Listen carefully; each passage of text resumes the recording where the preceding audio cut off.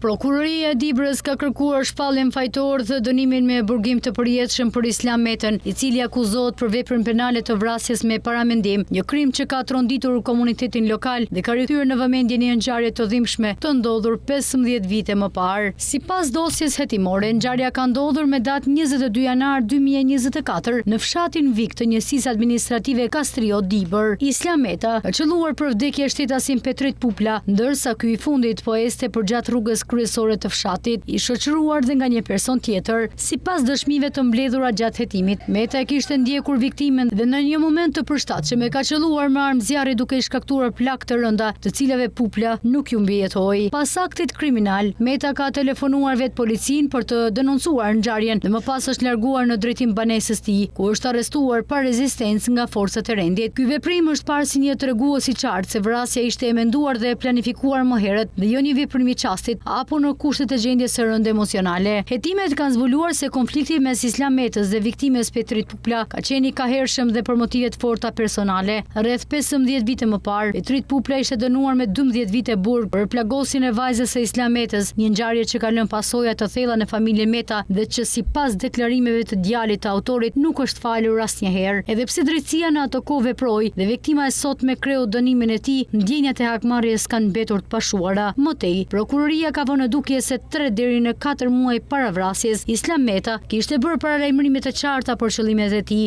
Ai kishte dërguar fjalë viktimës përmes dajes tij të fundit, duke i kërkuar që të mos vinte më në fshat, pasi sipas tij do ta vriste nëse do ta shite aty. Gjatë shqyrtimit gjyqësor, mbrojtja e pandehurit ka kërkuar të zbutet dënimi, duke sjellë në vëmendje traumat e shkaktuara nga ngjarja e mëparshme dhe mungesën e rehabilitimit viktimës, por prokuroria ka qëndruar në qëndrimin e saj duke theksuar rrezikshmërinë e lartë shoqërore të veprës dhe nevojës për një ndëshkim shëmbullor.